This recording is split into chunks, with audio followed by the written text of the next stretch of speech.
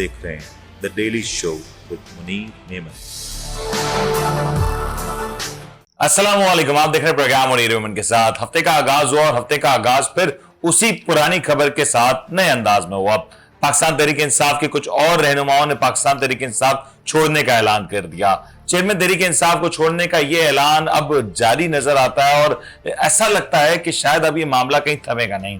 9 मई के वाकये के बाद अब तक मुतादिद तहरीक इंसाफ के सीनियर रहनुमा पार्टी छोड़ते हुए दिखाई दिए और उन्होंने बरमला इस बात का इजहार भी किया कि शायद 9 मई का वाकया ना होता तो वो अब तक पार्टी के साथ रहते। आज भी जो प्रेस कॉन्फ्रेंस हुई जिसमें ये कहा गया कि वो कभी तसव्वुर भी नहीं कर सकते थे वो पाकिस्तान तहरीक इंसाफ को छोड़ सकेंगे, लेकिन आज उन्हें पाकिस्तान तहरीक इंसाफ से राहें जुदा करनी पड़ी हैं। अब सवाल यह है कि 9 मई के बाद आज कई सारे दिन गुजर गए, बल्कि ये कहा जाए कि मई का पूरा महीना मुकम्मल हो गया, लेकिन ये 2-2, 4-4, 6-6 करके जो लोग रोज टीवी स्क्रीन पर आते हैं और पार्टी छोड़ने का ऐलान करते हैं, पार्टी से दस्तबरदार होते हैं, तो ये सिलसिला कब तक जारी रहेगा?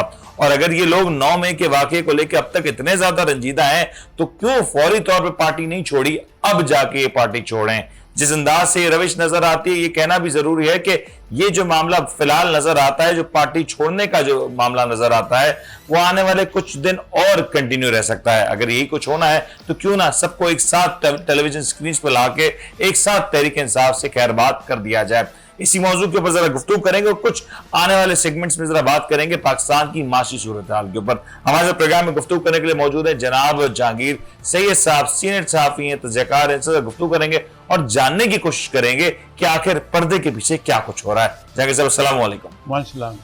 जहांगीर साहब, अब रोज का एक मामूल सा बन गया है कि हर रोज टेलीविजन स्क्रीन पे 2 लोग आते हैं, 4 लोग आते हैं, प्रेस क्लब में एक कॉन्फ्रेंस रखी जाती है, वहां मीडिया मौजूद होता है जिसके सवालात के जवाब वो लोग देते नहीं है और फिर वो एक ही बात कहते हैं कि 9 मई को जो कुछ हुआ हम उस वजह से पार्टी छोड़े।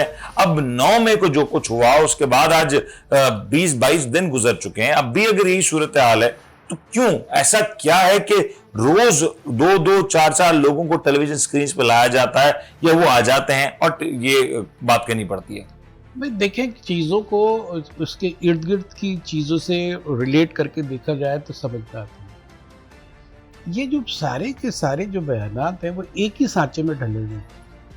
तो यहाँ सवाल तो बनता है कि इसका जो है, इसका जो राइटर है या जो कोई है वो किस तरह के बयानात दे रहे हैं और उसमें ख़ास चीज़ आपको नज़र आए इन साइड अगर आप देखें तो कि इसमें उन्होंने टाइम की प्रोविजन निकाली होती है। आर्जी तौर पर हमने कर दिया, हमने ओहदे छोड़े, पार्टी नहीं छोड़ी, हमने जो है आर्जी तौर पर अपना तात्तुल कर लिया है सियासत से, हम सियासत में आ जाएंगे। इसका मतलब है कि कोई नया सिनारियो क्रिएट किया जा रहा है या हो रहा है, उसके अंदर ये एडजस्ट हो सकते हैं। इनको या तो बताया गया है या इनको नज़र आ रहा है कि गुंजाइश क्या बनती है और उस गुंजाइश में इन्हें सेट होना है और किस तरह होना है। जब ऐसी सूरत हाल में अगर आप जमहूरियत को देखें तो मुझे जमहूरियत तो नज़र आ रही है आपको। इन साइड वाले तो कहते हैं कि भाई जमहूरियत को छोड़ो, जमहूरियत नुमा हुकूमतें पहले भी बन चुके हैं, जमहूरियत नुमा अभी भी बन जाएंगी। लेकिन जहांगीर साहब, माज़ आपकी कथा कलामी कर रहा हूँ, मुझे जरा ये बता दें, ये हर रोज एक प्रेस कॉन्फ्रेंस होती है और हर रोज कुछ लोग पार्टी छोड़ते हैं, फिर तनकीद होती है, फिर वही इंटरव्यू रात को चल रहा होता है, रिपीट टेलीकास्ट हो रहा होता है। आपको क्या नजर आ रहा है कि ये क्यों हो रहा है? इसके पीछे सोच क्या है, थॉट प्रोसेस क्या है?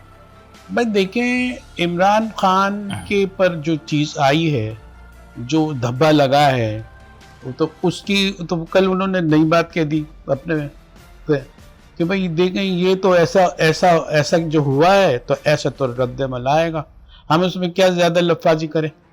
अब जब ये सारी चीज़ें हैं तो उसका तरीक़ेकार ये होता है कि जो चीज़ों को अनआर्म करते हैं, अनआर्म करने के जो अहम जो लोग हैं वो दूर हो जाते हैं और जो डिसआर्म हो जाते हैं जब, तो फिर कार्रवाई की जाती है। एक मौजूद ये भी है, एक थॉट प्रोसेस ये भी है कि ये जो तमाम तरह जो प्रेस कॉन्फ्रेंसेस हो रही हैं, इसके पीछे की वजह यह है कि हर रोज एक खबर ये बननी चाहिए कि तहरीक इंसाफ को लोग छोड़ते हुए नजर आए, बल्कि आप अगर गुज़श्ता 15-20 दिनों में जो अखबार की शायद सुर्खियां हैं उसमें आपको सरे फहरिस्त जो चीज नजर आती है कि आज फलां ने पार्टी छोड़ दी, आज फलां ने पार्टी का ओहदा छोड़ दिया, आज ये पार्टी से अलहदा हो गया, तो ये एक बड़ी बोल्ड लेटर में हमें शायद सुर्खी नजर आती है। इससे आपको लगता है, अब सवाल की तरफ आ जाता हूं, आपको लगता है कि इससे पॉलिटिकली तहरीक इंसाफ कमजोर होगी और पॉलिटिकली तहरीक इंसाफ का वोट बैंक, ये दो तरीके हैं, एक इलेक्टोरल पॉलिटिक्स है और एक वोट बैंक है, ये दोनों कमजोर होते नजर आ रहे हैं। 9 मई को जो वाकया हुआ तो उसे तो सानेहा कहा जाना चाहिए, उसकी डिबेट अलग है कि वो क्यों हुआ, कैसे हुआ, वो सारी वो अलग अपनी जगह। लेकिन तहरीक इंसाफ के जो लीडर ने जो पॉलिसी ली है, जो पॉलिसी टोकी है, उसका इतना बड़ा हादसे का बायस बन सकती है वो, और उसके नतीजे में आम आदमी डिस्टेंट कर गया है, उसका जहन ये बना है कि आपको अगर कोई चीज़ पसंद नहीं आती तो आपके दूसरे भी रास्ते आप होते हैं, आप इतनी एक्सट्रीम लाइन, इतनी हार्ड लाइन आप लेते हैं तो नतीजा ऐसा होता है।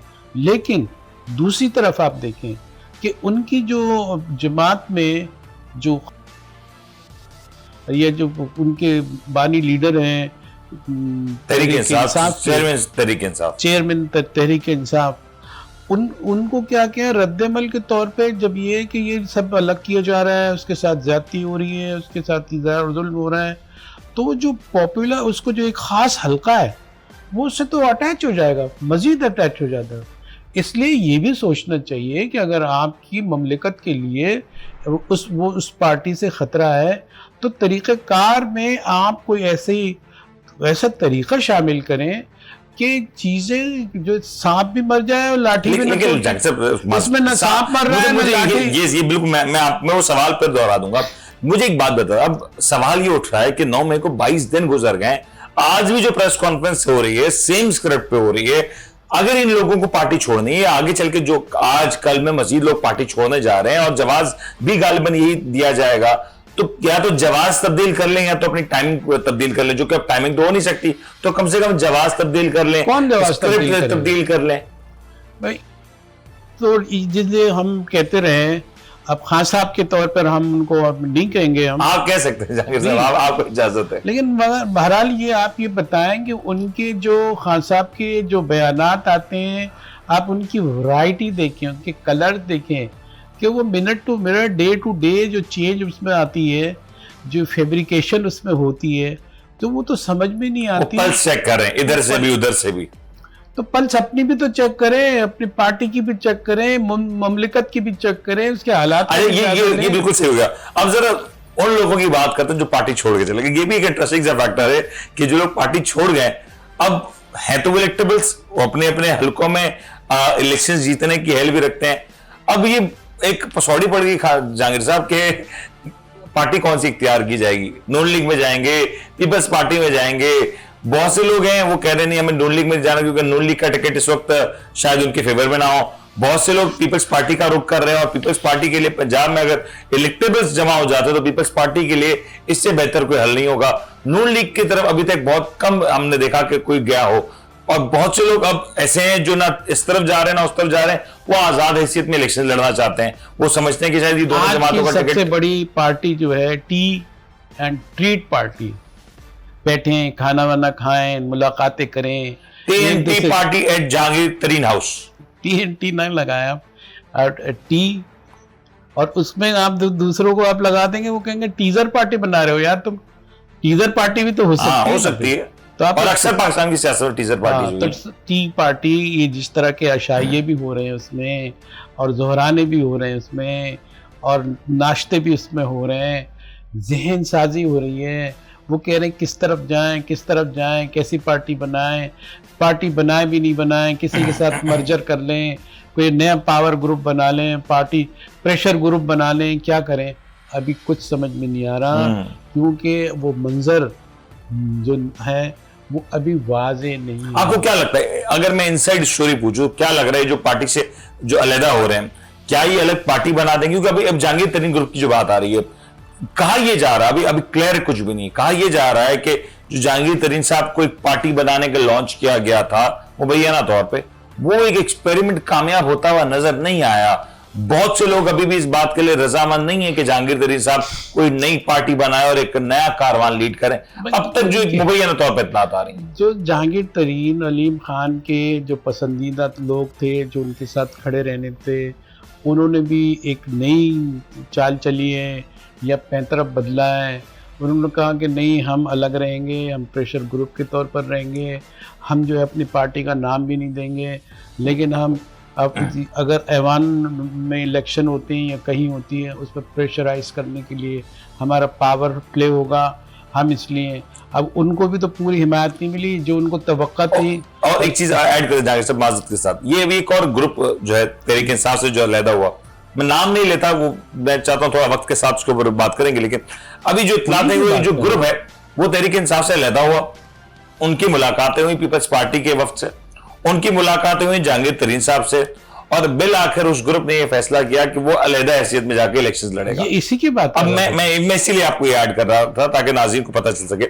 अब ये जो सूरत हाल है कि ना इधर जा रहे हैं उधर जा रहे हैं, और दूसरी जानिब अगर वो नून लीग की तरफ नहीं जा रहे, और ये एट दी एंड सिचुएशन बन जाती है कि पीपल्स पार्टी के पास ज्यादा कैंडिडेट्स रह जाते हैं या आजाद हैसियत में, तो नून लीग को तो इन दी एंड नुकसान है तमाम भाई। आप ये देखें कि जरदारी साहब की पॉलिसी या पॉलिटिक्स जो है बड़ी डैशिंग टाइप की। उन्होंने क्या किया कि जो यह इख्तिदार का जो इत्तेहाद था और जी जो इन्हें इख्तिदार मिलना था, उन्हें बड़ी बिसात पे बड़ी ठीक ठीक रोटी जो बदनाम होने वाली वजारतें थी, सब जो है नून लीग के खाने में आ गई हैं। वज़ीर आज़म अगर कुछ फेल होता है, कोई चीज़ होता है, महंगाई होती है, बर्बादी होती है, IMF का प्रोग्राम मंजूर नहीं होता है, तो वज़ीर आज़म हो गए बदनाम। वज़ीर आज़म का मतलब है नून लीग पर धब्बा आ रहा है। और जिस पार्टी का वज़ीर आज़म होता है, तस्वुर भी ये होता है कि इस पार्टी की हुकूमत है। हाँ, तो वो ये कि हुकूमत को तो हुकूमत ये कर रहे हैं, वो अपना होमवर्क कर रहे हैं, वो लाहौर में जा बैठे हैं, वो जो लोगों को मुश्तमे कर रहे हैं, और वो देख रहे हैं कि भाई देखें ये तो लूज कर रही है, नून लीग तो लूज कर रही है, नून लीग लूज कर रही है, तो रिप्लेसमेंट पे हम ही है।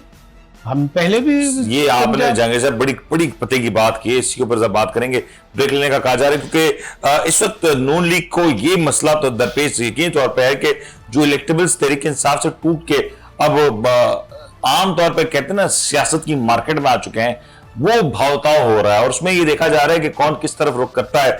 लेकिन अभी तहरीक इंसाफ के लिए तो जहां पे मुश्किलात हैं, वहां पे नून लीग के लिए इससे ज्यादा मुश्किलात ये हैं कि बहुत से इलेक्टेबल जो कि एक्सपेक्ट किया जा रहा था कि नून लीग का रुख करेंगे या एक फॉरवर्ड ब्लॉक बना के तहरीक इंसाफ की ही कोई शक्ल इख्तियार करेंगे, वो दोनों ही सूरत हाल फिलहाल नजर नहीं आती, और ये नून लीग के लिए आने वाले इंतखाबात में मुश्किलात तो खड़ी कर सकता है। और क्या यही वजह है कि नून लीग की सीनियर लीडरशिप आज एस्टेब्लिशमें के ऊपर फिर से हमलावर होती हुई नजर आ रही है? आज बहुत से ऐसे बयानात आ रहे हैं नून लीग की सीनियर लीडरशिप की जानिब से जो कि कहीं ना कहीं तोपों का रुख एस्टेब्लिशमेंट की तरफ करती हुई दिखाई देती है। इसके ऊपर बात करेंगे जी, ब्रेक लेते हैं, ब्रेक बाद हाजिर होता है। आप देख रहे हैं the daily show with Munir नेमत। आप देख रहे हैं the daily show with Munir नेमत। प्रोग्राम में आपको एक बार फिर से खुशामदीद कहते हैं। तस्करा हो रहा है नून लीग की सियासत के ऊपर। तहरीक इंसाफ की जो इलेक्टेबल्स पार्टी छोड़ के अब एक बार फिर से अमली तौर पे सियासत के मैदान में मुतारिक होते हुए दिखाई दे रहे हैं और अपने अपने नए हौसलों का तयन करते दिखाई दे रहे हैं। वो किस तरफ रुख करेंगे, उनकी परवाज बहुत कुछ डिफाइन करेगी और ये भी बताएगी कि आने वाले दिनों में सियासी मार्का आखिर किन दो अहम फरीकैन के दरमियान सजने जा रहा है।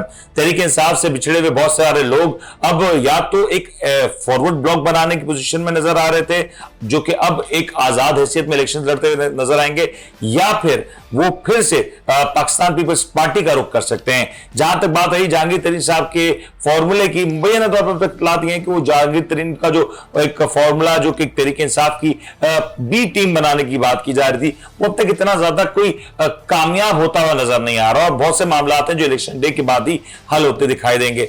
लेकिन इस सब में नून लीग कहां खड़ी है, नून लीग के लिए क्या मुश्किलात बढ़ती दिखाई दे रही हैं, नून लीग क्या आने वाले दिनों में इस सियासत के मैदान में कहीं तनहा तो नहीं रह जाएगी, ये एक बड़ा सवाल है। और यही वजह शायद समझी जा रही है कि नून लीग की सीनियर लीडरशिप, शायद खाकान अब्बासी साहब हों, ख्वाजा आसिफ साहब हों, ये वो लोग हैं जो कि पार्टी में एक वेट रखते हैं, उनका एक वजन है, उनकी बात सुनी जाती है, वो लोग अब एस्टेब्लिशमेंट के ऊपर इस तरह से गुफ्तगू कर रहे हैं कि शायद ऐसा महसूस होता है कि अब तोपों का रुख और तमाम तर सूरत हाल जो इस वक्त मौजूदा सूरत हाल का जो जिम्मा है वो एस्टेब्लिशमेंट के सर डाला जा रहा है। नून लीग ये बात समझ रही है कि जो कुछ इस वक्त हो रहा है ओवरऑल उसका नून लीग के ऊपर एक नेगेटिव इंपैक्ट आ सकता है, और वो कोशिश की जा रही है कि एस्टेब्लिशमेंट को तमाम तर सूरत हाल का जिम्मेदार ठहराया जा सके।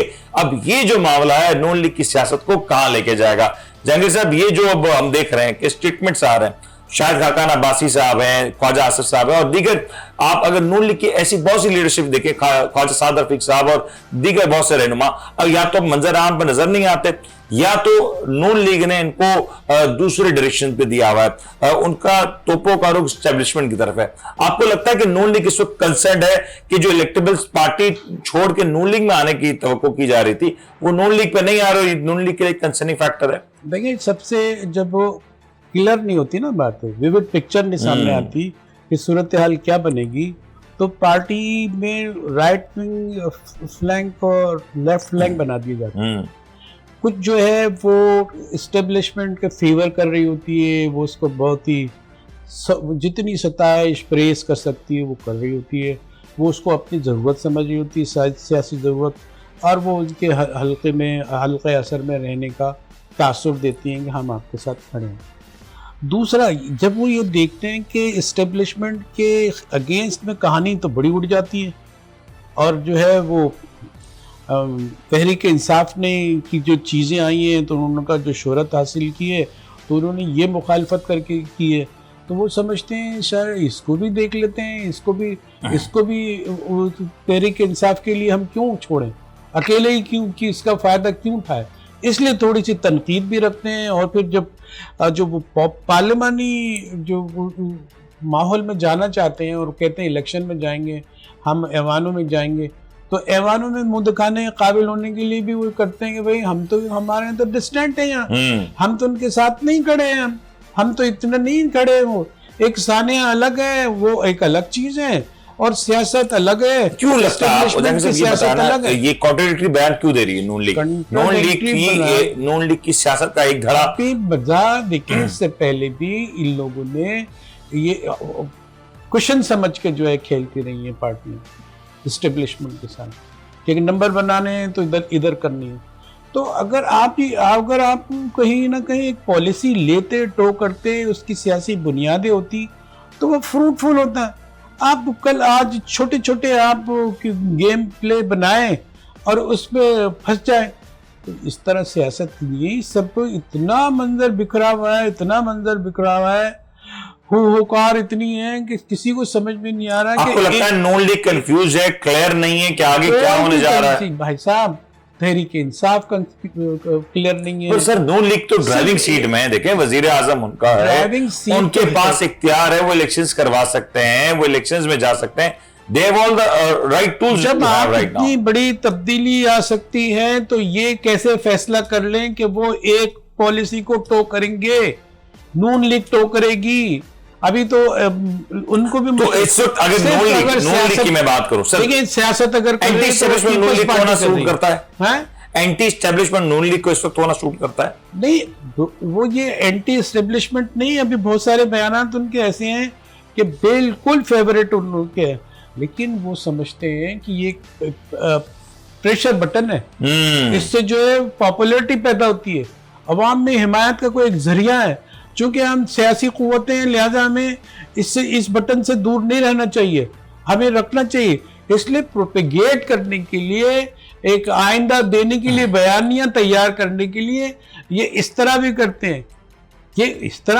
कोई चीज, एक बात बताएं कि एक ही पार्टी से दो आवाजें निकल रही हैं, तो उसका कंट्रोलर कौन है? कोई तो एक ही होता है ना। आपको लगता है नून लीग खुद ये बात डिजाइन कर रही है सब कुछ? उनकी वो वक्त की जरूरत, उनकी मीटिंग्स होती है, वो ये करती हैं। ऐसा है, कोई कुछ कह रहा है, मुफ्ता इस्माइल जो है इसाक डार के खिलाफ कह रहे हैं, वो कह रहे हैं हमारी पार्टी में से कह रहे हैं, लेकिन वो अगर सच कह रहा है तो उसकी भी मानने वाले बहुत हैं और इसाक डार की भी जिम्मेदारी बहुत है। तो इस तरह फ्लैंक चलाए जाते हैं सर, वक्त पतन जैसी जरूरत है वैसे ही वो अपना नैरेटिव रख देते हैं। नैरेटिव तो हमारा ये था, आप इसको बैक कर जाते हैं। अच्छा जंगी साहब, अब जरा इस पर्सपेक्टिव से सर ये बताएं, ये जो पंजाब की अगर पॉलिटिक्स की बात करें, इस वक्त अगर सर्वेस की बात करें तो तहरीक इंसाफ आज भी नंबर 1 पे लीड कर रही है। इसके बाद अगर किसी पार्टी की बात आती है तो नून लीग की आती है। मैं सरप्राइज था एक सर्वे को देख के, जिसमें एक हल्के की जो पॉलिटिक्स की बात करूं तो उसमें एक हल्के में टीएलपी 3rd पे थी और पीपल्स पार्टी 4th पे थी।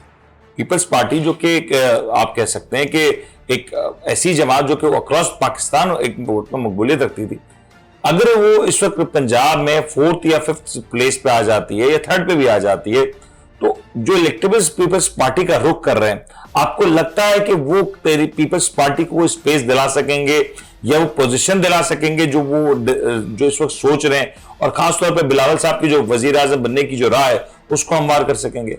देखिए, जब तक इलेक्टेबल की डिमांड रहेगी, उनकी हैसियत जितवाने वाले की रहेगी, अगर ये यहाँ जमहूरी माहौल मुआशरा होता तो इलेक्टेबल से ज़्यादा आवाम पर बोझ डाला जाता जिम्मेदारियों का, और ऐसा नहीं है। इलेक्टेबल्स हैं, इलेक्टेबल्स के पूरे कबीले हैं, इलेक्टेबल्स के जो है वो स्टेट तक है, इनसे नहीं निकला जा सकता।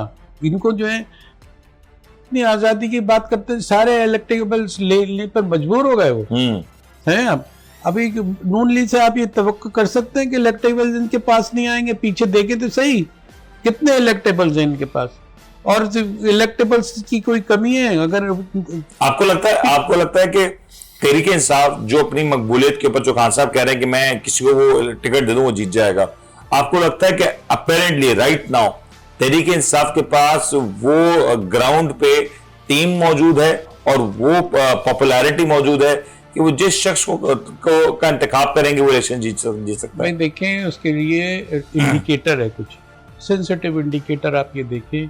जिस दिन को गिरफ्तार किया गया और भरपूर रद्दमल नहीं आया, उस दिन समझ लीजिए कि वो पॉपुलैरिटी लूज कर चुके हैं।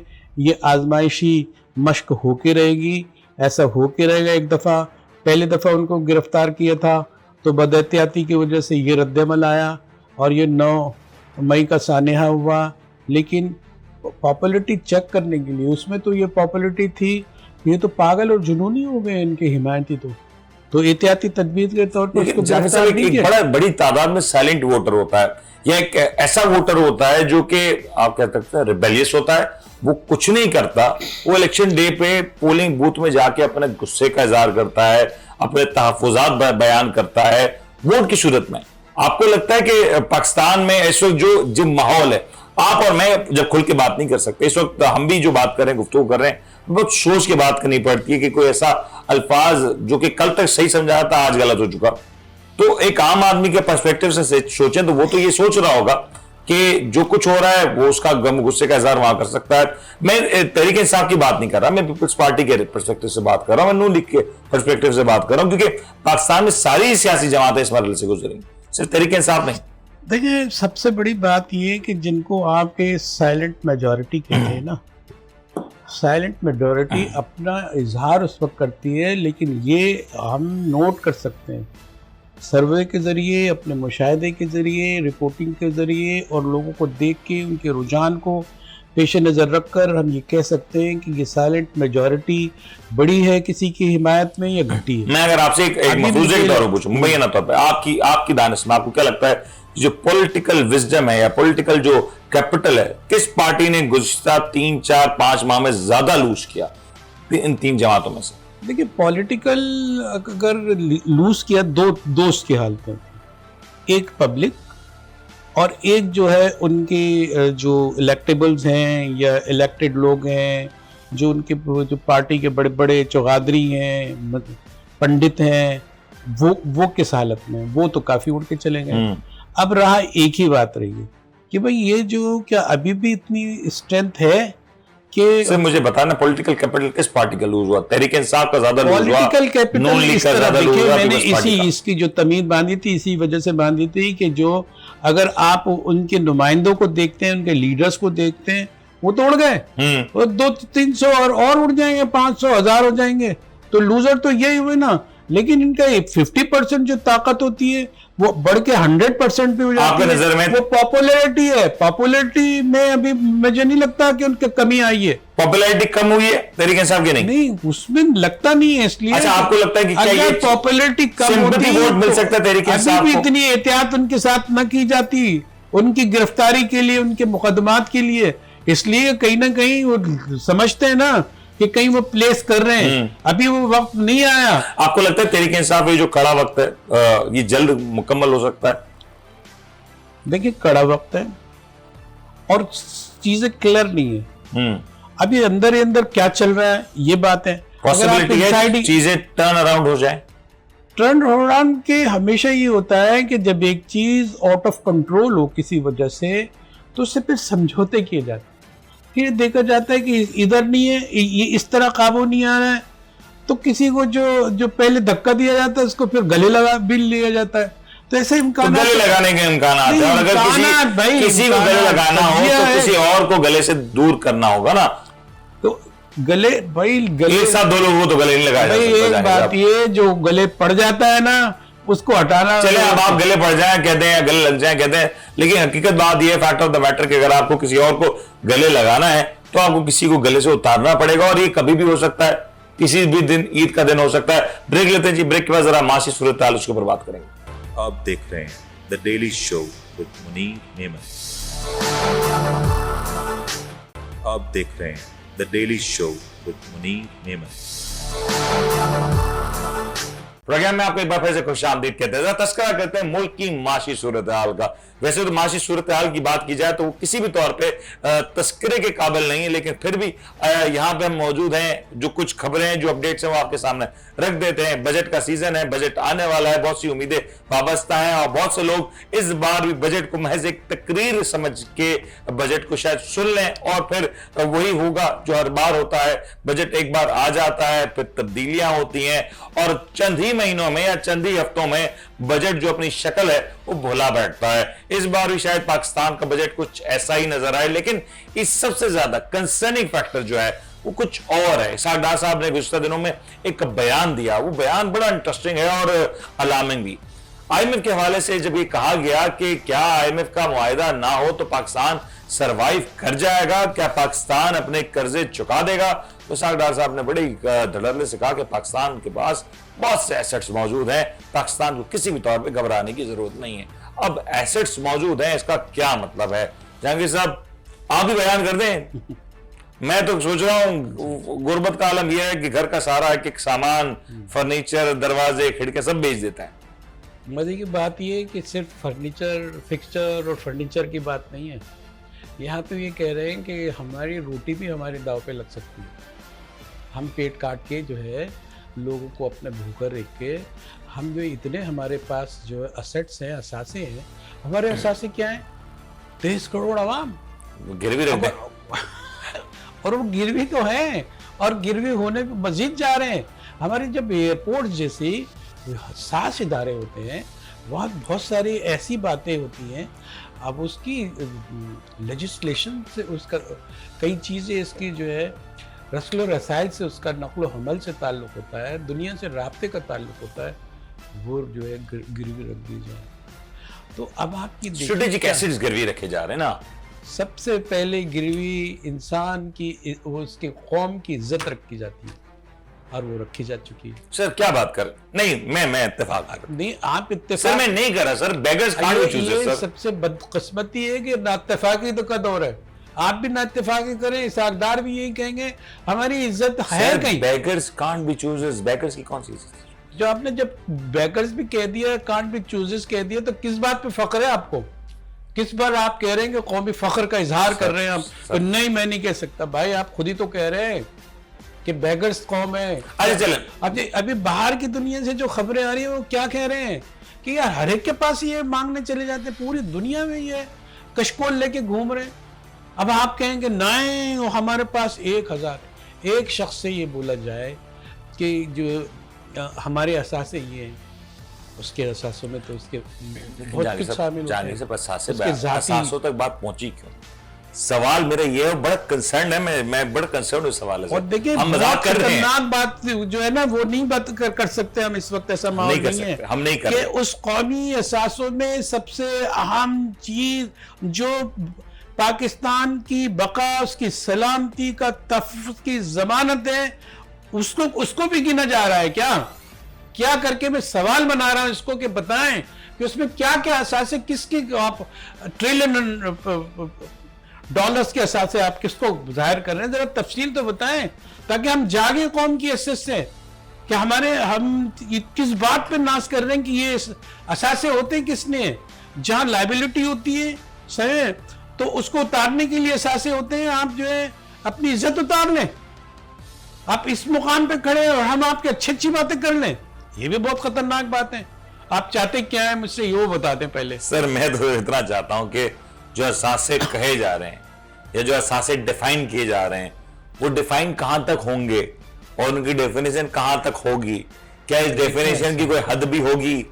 देखिए वो घराना बेचारा, वो घर जिसके जो है अपने बर्तन भी वो गिनने लगे कि हमारे यहाँ इतने बर्तन हैं, इतने खाने की प्लेट हैं, हमारे असासे ऐसे हैं, और हमारा जो है एक जो है तकिया उसके बगैर हमारा बिस्तर है, वो भी फटा पुराना लेकिन है, दूसरों के यहाँ नहीं होगा, हमारे यहाँ है। ये काबिल फ़ख्र, ये जो ना इसको कहते हैं जो रिवर्स प्रमोशन बताते हैं, रिवर्स लग चुका है, रिवर्स जा चुका है।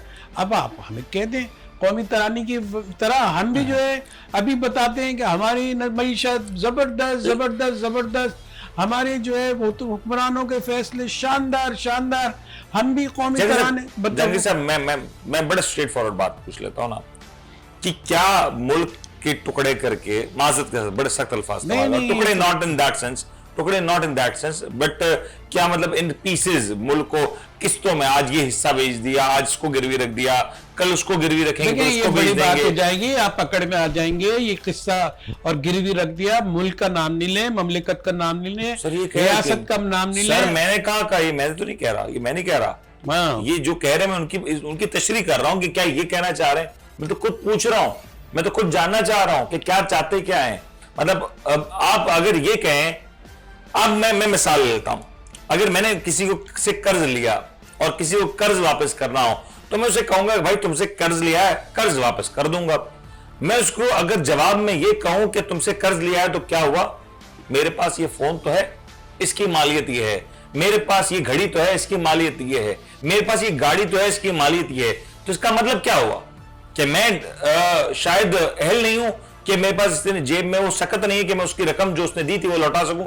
इसका मतलब तो यही हुआ ना, अगर गलत नहीं कह रहा तो मैं। टारगेटेड बात करें कि ये 100 बिलियन कैसे हुए, टारगेटेड बात करें कि क्या आपके पास, आपसे पूछा जाए कि भाई ये IMF पैसे, टारगेटेड बात तो ये है ना कि अगर आपको यही स्टेटमेंट आज 12 महीने बाद देना था तो 12 महीने पहले आप क्यों आवाम को पागल बनाते रहे, आवाम को क्यों आपने महंगाई की चक्की पीस दिया, आप आवाम को रिलीफ देते थे तब। एक बात बताएं, 12 महीने गुजरते कैसे, ये जो है इतने इख्तिदार के मजे कैसे लेते। अगर सर 12 महीने से रशिया का तेल आ रहा है, अभी तक समंदर में नहीं पहुंचा, आ जाएगा, समंदर में आ जाएगा। और मालूम है बड़ी दिलचस्प बात है, उसको ढंडोरा जो है पीटा गया कि जो रूस से तेल आ रहा है 100 रुपए उसकी कीमत गिर जाएगी।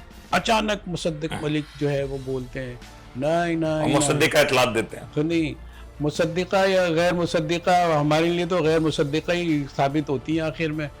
तो वो बोलते नहीं ऐसा कुछ नहीं होगा, काफ़ी दिनों बाद कोई जहाज आएंगे ना तब कुछ कीमत गिर सकती है। लो, एक पूरी तकरीरें हो रही हैं दूसरी तरफ से, हमें ख्वाब दिखाए जा रहे हैं और जो है यहाँ हमारी आंखें खोली जा रही हैं।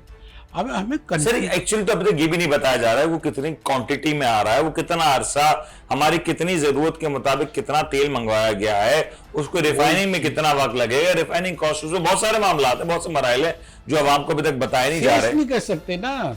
एक तो ये है कि ऑपोजिशन नहीं है कि भाई वो जो है ऐवान में जाके है ना, राजा रियाज है ना ऑपोजिशन लीडर, वो तो मतलब राजा साहब है, राजा साहब हैं वो अवामी उस पे बैठे हुए हैं, लेकिन है तो लेकिन राजा। जानी साहब मुझे तो बता दें, ऐसे सिनेरियो में आपको लगता है कि बजट एक्चुअली कोई डॉक्यूमेंट से बढ़ के भी कोई चीज हो सकती है, एनीथिंग विच इज एप्लीकेबल और इंप्लीमेंट किया जा सके उसे? ये बजट है ना, बजट है ना, इसमें बट बहुत लगेंगे। इफ बट ये वो यूं होगा तो यूं होगा। अब आप बताइए कि मुकद्दस गाय, रियल एस्टेट, मुकद्दस गाय, ज़राअत, जिस पर टैक्स ही इस तरह की नहीं है, सेल्स टैक्स की बात करें, वो बताया गया कि सेल टैक्स किस किस पे लगेगा, उनकी निचकारी होगी, सेल टैक्स की लगेगा। इन पर आप कभी भी नहीं लगा सकते। इनको कहा जाता है कि ज़राअत उगाते हैं, तुम्हारे लिए गंदम मंगाते हैं, और इतने मुकद्दस लोग तुम टैक्स लोगे? हैं? दुनिया में तो हर चीज पर टैक्स होता है साहब, लेकिन यहां तो आप ही एक को कहते हैं कि यार ये यूं फायदा हो रहा है, ये एग्जेम्प्टेड है, ये जिसको टैक्स हॉलीडे क्यों मिल रहा है। अरे भाई सब हॉलीडेज पे रहे। ये जो रिटेलर्स है ना, रिटेलर्स लाखों करोड़ों होंगे रिटेलर्स, इन पर कोई टैक्स नहीं है। और कल तो अजीब से किसी ने बात की है कि टैक्स लगाने का फैसला हुआ था तो रोकने के लिए फोन आने लगे कि रोक दो, खबरदार जो तुमने लगाया। तो कौन सी पॉलिसी है? यहाँ तो हर पावरफुल एलिमेंट जो है पॉलिसी होती है ताकत सर, पॉलिसी जब की क्या डिवाइड हो बात? जाए ना भाई, कोई कुछ कह रहा है, कोई कुछ कह रहा है, इसी तो कहते हैं कि इंतशार। सर 2 दिन कौन पहले इंतशार किसको कहते डॉलर हैं? 25 रुपए रिवर्स हुआ, हुकूमत ने ढोल पीट दिए, हुकूमत ने कहा हमने बड़ा मार का सर कर लिया, ऐसे। हमने डॉलर को काबू करने के लिए गिदड़ सिंगी दरियाफ्त कर ली। ये हुकूमत का रवैया था, और आज डॉलर तकरीबन फिर उसी जगह मुकाम पे आप पहुंचा है। पर सर कोई पॉलिसी तो है नहीं ना यहाँ पे। दिलचस्प है, जब इसाक डार का तैयारा उतरा था तो उन्होंने कहा था कि अब जो है डॉलर की परवाज नीचे आ गई है तैयारा उतरते ही, और 200 रुपये बहुत उसमें आ गया। 3 दिन जो है ये वो नारा लगाते रहे, आ गया तैयारा, आ गया परचम, आ गया कामयाबी, आ गई साइंटिस्ट, आ गया इकोनॉमी की माहिर आ गया। वो खुद कहते थे कि मैंने तो IMF के साथ कितने 6 जाने साहब रियलिस्टिकली बता दें, आपको लगता है इस बजट से कोई उम्मीद वापस तक की जा सकती है? उम्मीद तो झूठी उम्मीद हो या सच्ची उम्मीद हो, उम्मीद होती लगा लो, लगा लें। कब लगा लो, क्यों? जिंदा रहना है ना, जिंदा रहना तो उम्मीद लगा लें भाई। इसलिए नाकाम मोहब्बत समझा जाए इसे। अरे मोहब्बत तो कभी नाकाम नहीं होती, यार मोहब्बत हो कहाँ रही है? सर हमें बड़ी गहरी बात की तजुर्बा बता रहा है, लेकिन क्योंकि प्रोग्राम का वक्त इख्तिताम पे पहुंचा, आपका बहुत बहुत शुक्रिया। उम्मीद करते हैं कि आने वाला बजट कुछ बेहतरी लेके आए, कम से कम वो बेहतरी ना भी लाए तो एक डायरेक्शन जरूर दे दे कि इस मुल्क की डायरेक्शन क्या है। और जो हम इस वक्त इस वक्त उठाए जा रहे हैं, जो सवाल उठाए जा रहे हैं, ये सवाल हम उठा रहे हैं, आप उठा रहे हैं, लेकिन इनके जवाब देगा कौन? ये हुक्मरान देंगे। और मैं यहाँ पे कसूरवार नहीं ठहरा रहा है, यकीन तौर पे मुल्क के हालात जितने मुश्किल हैं उसमें किसी एक शख्स को, किसी एक फरीक को, किसी एक ग्रुप को कसूरवार ठहराया जाए, ये भी सही बात नहीं है। जरूरत तो इस बात की है कि जहां पर मिसाक जमहूरियत की बात करते हैं, मिसाक मईशत की बात करती हैं, वहां पे कम से कम ये जरूर कर लें कि माजी की हुकूमतों की अगर कोई अच्छी पॉलिसी रही है तो उसको कंटिन्यू किया जाए, और आने वाली हुकूमत हर पिछली हुकूमत की पॉलिसीज को फाइन ट्यून करके उसको बेहतर बनाने की कोशिश करे, ना कि अच्छे इकदाम को इसलिए लपेट दिया जाए और डब्बों में बंद कर दिया जाए कि वो इकदाम माजी की हुकूमत की काविशों का नतीजा थे, जिसकी वजह से आवाम को रिलीफ मिल रहा था, महंगाई कम थी, या कुछ सूरत हाल मासी तौर पर बेहतर थी। अब जो सूरत हाल फिलहाल अब बन चुकी है उसमें पाकिस्तान में मौजूद जो फाइनेंस मिनिस्ट्री है और जो माशी टीम है, उसके लिए तो बड़ा चैलेंज है कि वो किस तरीके का बजट देते हैं, और उससे बड़ा चैलेंज ये होगा कि वो अवाम को डायरेक्शन क्या देते हैं, इंडस्ट्री को डायरेक्शन क्या देते हैं। इस वक्त टेक्निकली पाकिस्तान की जो सनतें हैं वो डायरेक्शन लेस हैं, और अगर इंडस्ट्री को डायरेक्शन ही नहीं होगी तो इंडस्ट्री कैसे प्लान करेगी अगले 2 साल, 5 साल, 10 साल के लिए। और जब इंडस्ट्री प्लान नहीं कर सकेगी, इंडस्ट्री बंद हो जाएगी, तो लाखों करोड़ों लोग बेरोजगार होंगे, और उन लोगों की बेरोजगारी की वजह फिर हुकूमत होगी, और इनके जो बच्चे, जो इनकी अहले खाना जिन मुश्किलात से गुजरेंगे उसको तो बयान भी नहीं किया जा सकता। उम्मीद करते हैं पाकिस्तान का लामिया नासिर है। अपना ख्याल रखिएगा। जहांगीर साहब आपका बहुत बहुत शुक्रिया। अल्लाह हाफ़िज़। आप देख रहे हैं the daily show with Munir नेमत।